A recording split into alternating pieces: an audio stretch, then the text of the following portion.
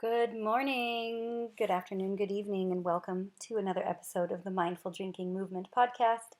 Hello, I'm your host, Jess Betancourt, hypnotherapist, holistic life coach, and former wino.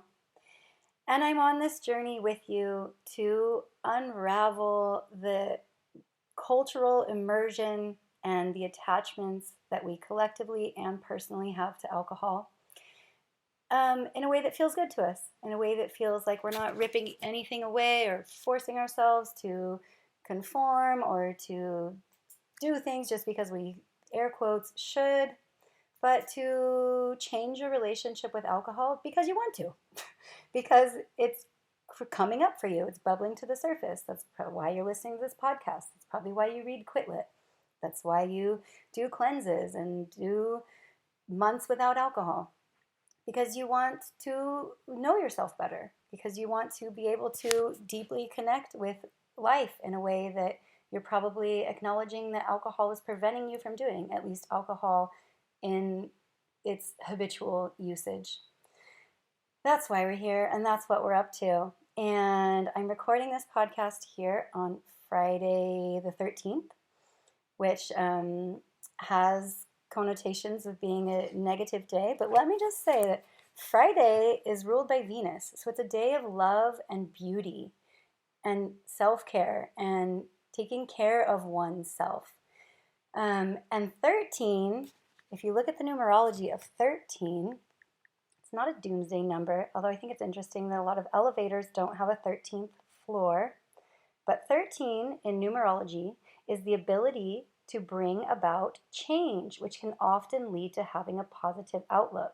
But it also marks uncertainty, the hidden uncertainty, the hesitation, and the fickleness of a beginning of a transformation. The unknown, the end of something, a death of something that will lead to a renewal. I think that we're afraid of things if we don't, obviously, right? We're afraid of things that we don't know. We're afraid of things we don't know how it's going to turn out. We don't know the outcome. And I think this is why a lot of people sit on the fence about changing the thing that they believe is in their way, which in this case is alcohol. But it can be lots of things. Like alcohol has just been my path of a deeper understanding into myself and into life, a spiritual path, if you will, because it was the thing that I was most attached to. So the thing that you're most attached to, the thing that you don't want to let go, therein lies the key to your unfolding and your own self-evolution. That's why I talk about alcohol so much, because it was my dog. It was my best friend, and I defended it with my life, and I didn't want anybody to try to take it away from me. But there's immense freedom in going into looking at why we're so attached. Why are we so attached? What are we so afraid of? And if we are just willing to, I know like the method of like running and jumping off the cliff and believing you have a parachute, that is not going to work for most people's nervous system. It wasn't going to work for mine.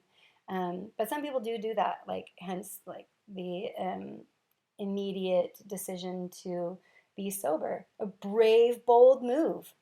I would shit my pants.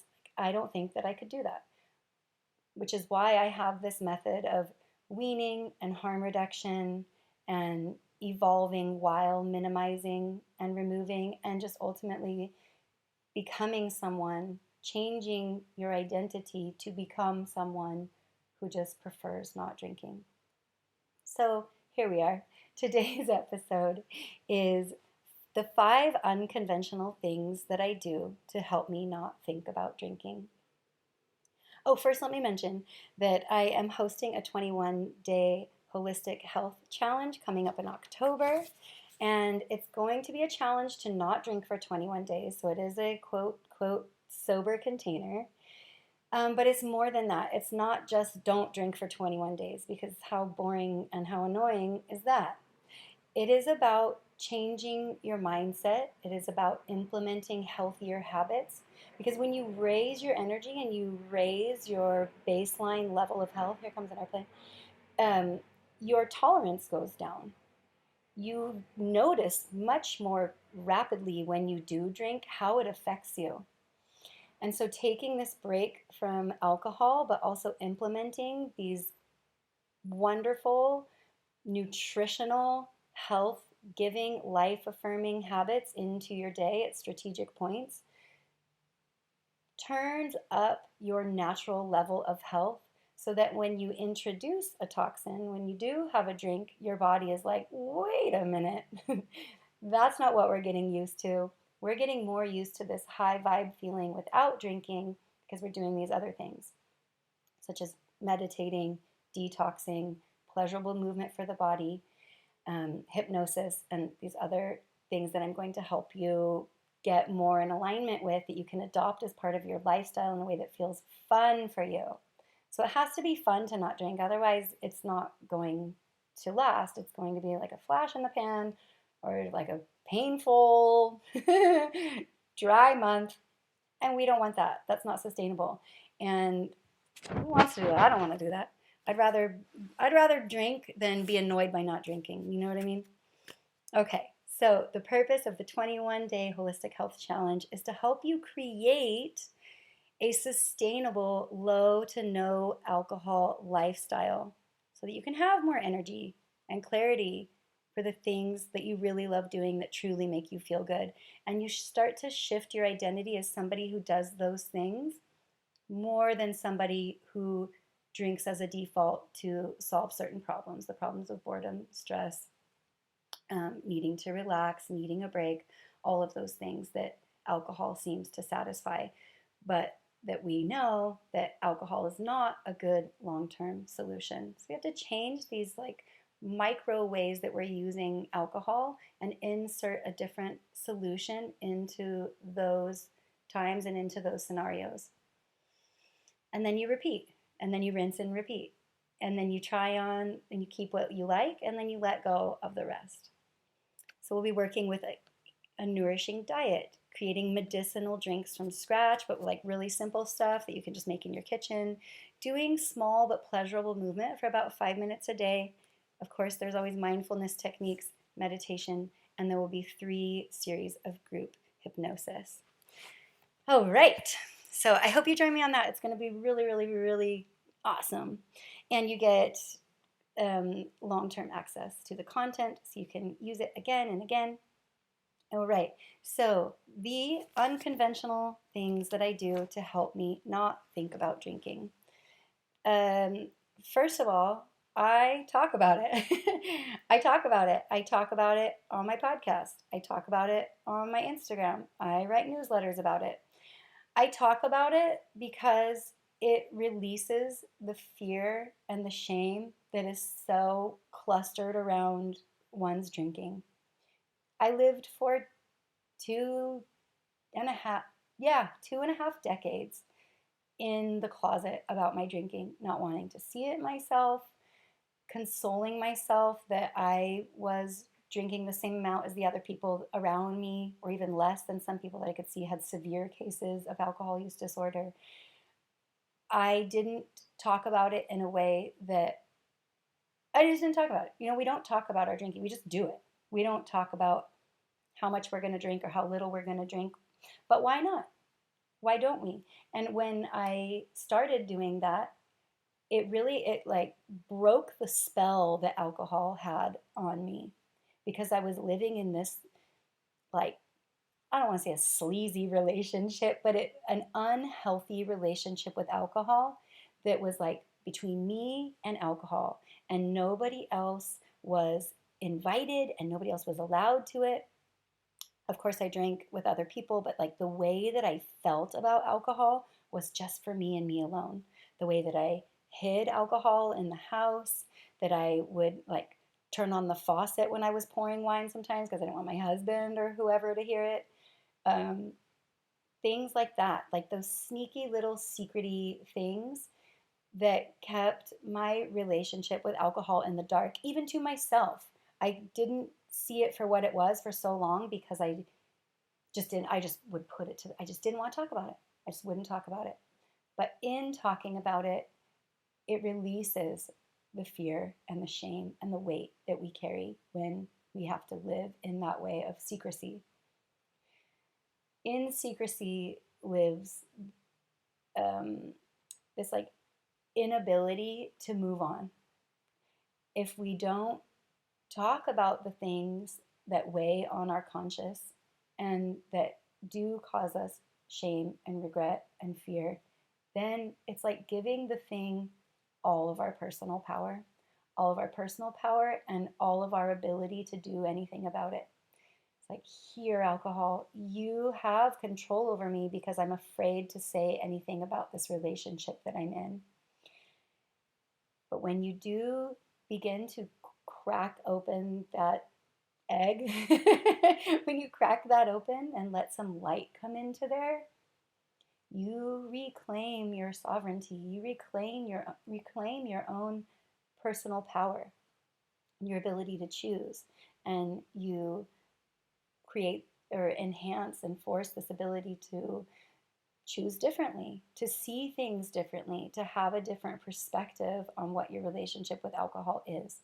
Do you have to make a podcast and Instagram and like be a public person about it? No, of course not.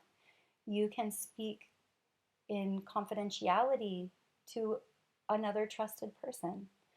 You can be in groups where people are working on their alcohol.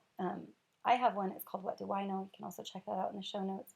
I also have a free group called AF Days. I'll put that link in the show notes. Being a little bit more visible in your desire to change your drinking reduces the shame and reduces the anxiety and puts you in more supportive company to help you move forward through these sticky places and creating these transitions. So speaking about it, talk about it, allow yourself to break that spell of being in the toxic relationship. You have to call a thing what it is for what it is before you can change anything about it. There needs to be this like self-admission and self-awareness about what's really going on and what are you really doing and how is it really affecting your life. And when you get honest about that, just honest, not being mean to yourself or in a beating yourself up way, but just a really honest self inventory. I know that word comes from AA, but AA does have some really good points for sure. A self inventory about what you're doing. What are you doing daily? What are you doing with your time? And to be honest about that, even if it's like just writing it out, letting it out of you, releasing that weight out of you. It's like you don't have to hide and hold and carry this awareness of what it is that you're doing with alcohol. Even if you just write it out and then you don't want people to see it, you could like burn it or bury it. But to just get it out of you, that creates a wonderful momentum of continuing on a healing path of changing your relationship with alcohol. That was really like the very first thing that I did to create this snowball effect of change. Is that I told another person, I explicitly said, I think that I drink too much. And I had never said that before.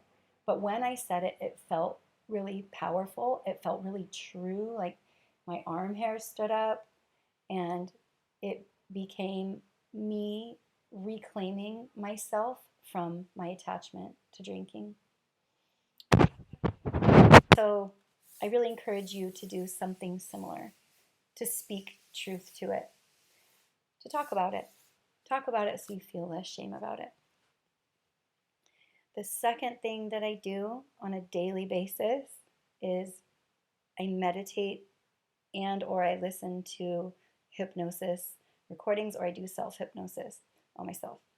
And the way that I meditate, and I think that this is particularly important, is that I spend time connecting my energy with source energy or with creator energy, a higher self energy, so that my problems or my issues become less powerful. So things that I tend to worry about or put my time and energy and attention to that are really trivial in the grander scheme of life and the greater sense of things, I choose to spend time every morning connecting with source energy, and I give that issue up to God or creator or source so that it doesn't consume the entirety of my day. It makes me feel less trapped in my small self, in my ego self. It makes me more accessible to loving people and being present and available to my kids, to my husband, to my clients, to anybody. I feel like when we can give up our smaller issues, I mean, sometimes, yes, issues are very big and grand sometimes, but to give them up to a higher source and a higher being so that we are not ensnared with the trouble and the worry of having to solve this thing all by ourselves, to create more faith and trust in the universe and that there is a greater unfolding of a plan for life that is bigger than what we can currently see, feels so good to do that.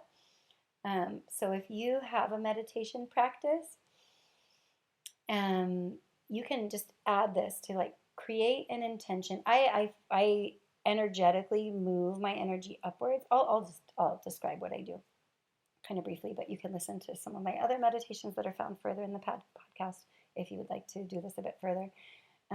I center myself. I collect my energy and my attention inward. And then I focus down on my lower extremities, especially the base of my spine and the soles of my feet. And I connect myself with earth energy. And I do this by visualizing cords or roots or just a connective energetic wave that goes out from my body and connects my body with the core of the earth. And then I pull that energy back up. I have a sense of feeling the energy of the earth, which is supportiveness, groundedness, security, nourishment. I bring those feelings into my physical body so I feel safe, so I feel like I'm taken care of physically and that I belong. I belong in my body, I belong to this planet. And then I collect my energy and my attention, my awareness into my heart space. And then I feel love. I feel the consciousness of love in my heart. And I allow anything that is not that to move or to clear out. I do that with my breath. I do that with visualizations of like shooting. You can like shoot clouds away or like have balloons and let the balloons go. However you want to visualize it, send things out of my heart that are not of a high vibration of love. And then I expand that consciousness from my heart. And as it expands, I imagine it going up and connecting with my third eye, with my pineal gland, the seat of the soul, the sixth chakra. And then I feel a coherence between my mind and my heart. So then I envision like a shaft of white light moving up. And then I move it, I expand it, and I feel it more powerfully. I give it more energy, more attention, more awareness. And I beam it up through, like I visualize it going up through the top of my head and going up, up, up and connecting, moving through space further than I can see, further than I can even visualize, until I have a sense that I've connected with a higher energy. And then I allow that energy to flow back down and to flow back into my being. And then I do some intention work around what I want to let go of and what I want to call in for the day. And the third thing I do on a daily basis is I do any sort of detox practice. So our environment, as we know, is completely fucked up in so many levels. Our soil, our water, our air, our technology, we're just inundated with pollution coming at us from so many different levels in our daily lives that it gathers and it festers in our cells. And then if we're putting alcohol on top of that, it's a toxic overload. And we can feel this, we can sense this, we notice this in our skin and in our eyes and how we feel and our energy levels, how our sweat smells, how our mouth feels. We have toxic overload. It's just a given if you live probably in any industrialized area on earth at this time.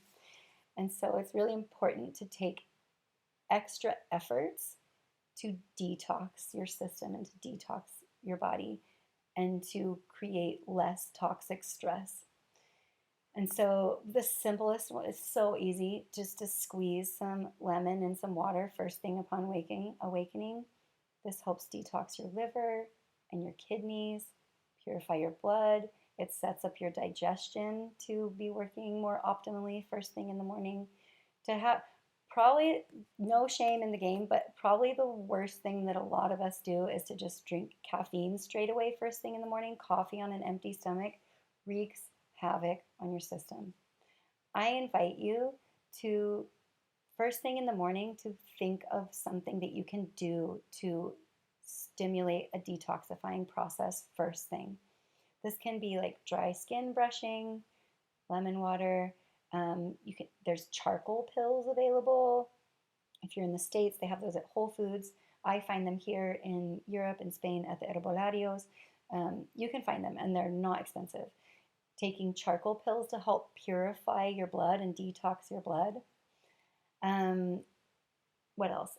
Oil pulling is amazing. Putting a scoop of coconut oil in your mouth first thing before you even drink water, and swishing it around in your mouth for about 10 minutes while you heat up the kettle or while you make your coffee, while you listen to a meditation. And this pulls toxins out of your mouth, out of your tongue, out of your teeth even. It also helps whiten your teeth, and it helps relax your jaw muscles if you have TMJ or if you hold a lot of stress in your jaw. This is wonderful for relaxing those muscles that are clenched a lot of the time. A detox practice first thing in the morning. This can also be deep breathing. We detox through our breath, our sweat, and our urine the most. To pee when you get up, but also to take some deep, nourishing breaths. If you can exercise in the morning, that's also awesome. Those are the 3 things that I do every day. And the other 2 things I do, one is crying. Number 4 is just crying. I allow myself to cry in a way that I just really am embracing at this point in life. Crying is so healing.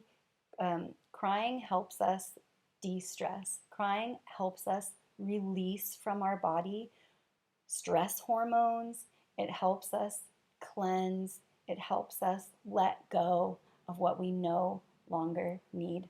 If you feel tears coming on, please allow them. Even if you have to go somewhere to cry, like in your bathroom or outside or hug a tree and cry, allow yourself the flow of tears. It really lightens the load. It lightens the energetic load, and it helps purify and cleanse your body. Along with that is allowing yourself to go into negative states. As opposed to wanting, if you feel crummy or stuck or funky or just depressed or down, trying to bypass that and to get out of it as quickly as you can doesn't get to the root cause of why it's there.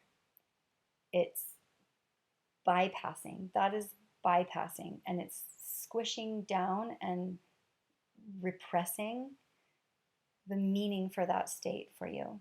There's meaning in that state for you. So when you get into a funky place, as we all do, I invite you, instead of pouring a drink to change your state or eating a bag of cookies or whatever the thing is that you would normally do, I invite you to try on not doing that, even if you don't succeed at it every time, not doing your impulsive thing, to sit with it and to tell yourself and talk to yourself in a loving way that this is going to pass.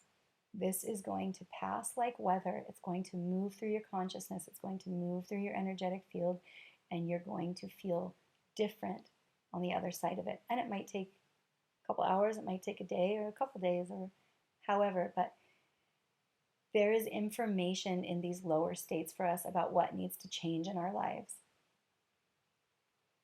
And we can't find it if we turn it off, or if we run from it, or if we shun it, or pretend it's not there. So, as far as is possible with our responsibilities or responsibilities in life, or the things that may be circumstantial, allow funkiness to be without feeling the immediate need to change it.